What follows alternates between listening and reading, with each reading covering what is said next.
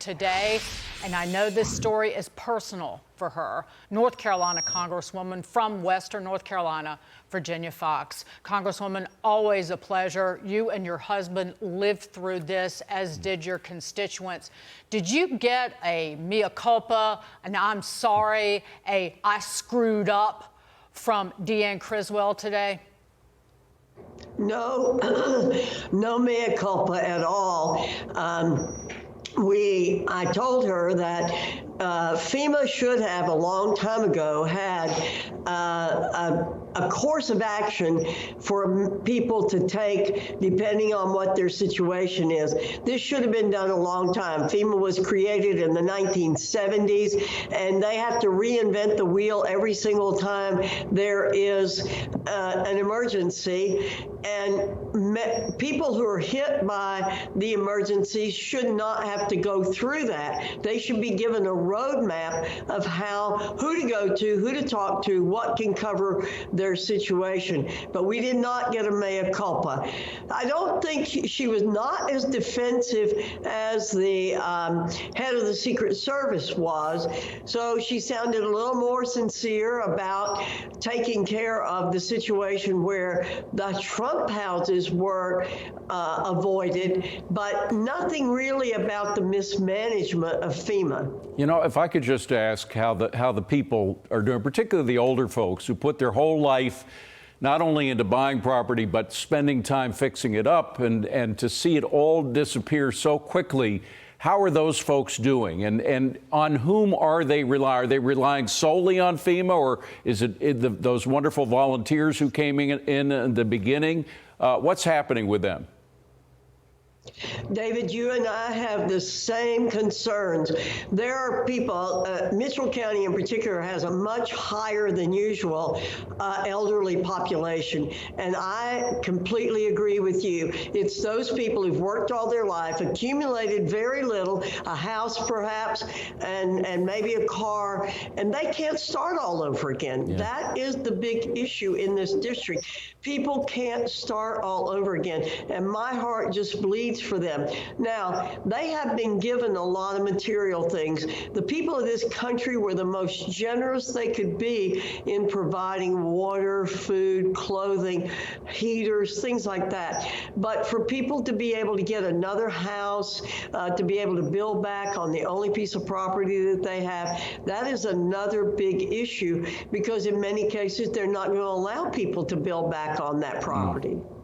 Congresswoman, here's what Criswell just had to say, which was a lot of nothing. It was just pleading ignorance after being questioned about FEMA's policies targeting certain homes based on their political beliefs. Just listen to this. There is nothing in our policies, in our procedures, in our training that would direct any employee to bypass anybody's home based on their political party. I cannot speak to what her motivations were.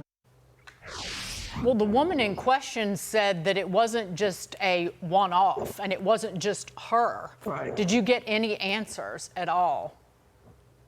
We did not. Now, I doubt very seriously that they're going to put in their policies or in their instructions to people to do this in writing. So I'm fairly certain that's probably not in writing, except that the woman in question, Ms. Washington, had something in writing, which she took a screenshot of and sent out to people. So there were some things in writing, but those did not come down evidently, or they're not in FEMA policy as she was stating. But I have no doubt that this was happening. I don't think that Ms. Washington did this all on her own.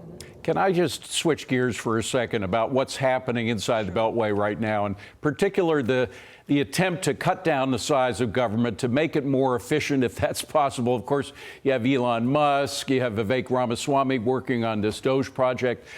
There's an organization called AmeriCorps. Many people think of it in positive terms. It sounds like it puts young people to work, and that's a pretty good thing. But the Biden administration tried to turn it into a kind of a green army, to turn them into the front line of their move for the Green New Deal, to go into communities communities and put into operation all of their dreams about turning American green. And now we hear that it has failed its 8th audit. With all the billions of dollars going to it from the Biden administration to turn it into a green army, why is it failing these audits? Because the people in charge are totally incompetent, David, totally incompetent. I will tell you, if the Lord put me in charge, I'd get rid of AmeriCorps in a heartbeat. It needs to be disbanded. It's waste $1 billion a year. Wow. And we need to get rid of it. I hope it's #1 on the list for Vivek and Elon to get rid of. We need to go back to our constitutional roots. We need not to have a Department of Education at the federal level. We need to examine every single program in the federal government and say, is this mandated by the Constitution? If it isn't, then we shouldn't be doing it. And in the Constitution, they said with the 10th Amendment, okay, if we didn't tell the federal government to do this, then don't do it. So when I talk to students, I always point out the 10th Amendment as so important to the Federalist cause. Hey, Congresswoman, all of this is related. You have these vast government suckholes of taxpayer money that actually don't do the most basic thing, that is protect the American people. They don't do, and in the case of FEMA. And I think Musk and Vivek, they're just going to make a long list of here's where your money's going, here's how it's wasted, to build support among the American people, to basically dismantle this non-functioning government. Just final word. That's one of the things that has to be done. The American people have to see the money that's being wasted by these agencies.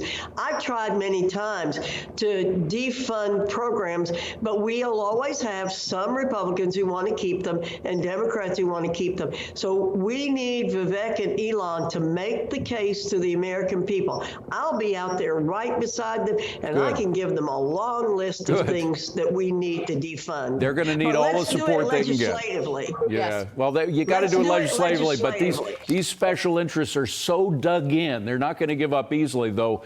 They're up against some tough hombres with you and Elon and Vivek. Thank you so much for being here, Congresswoman.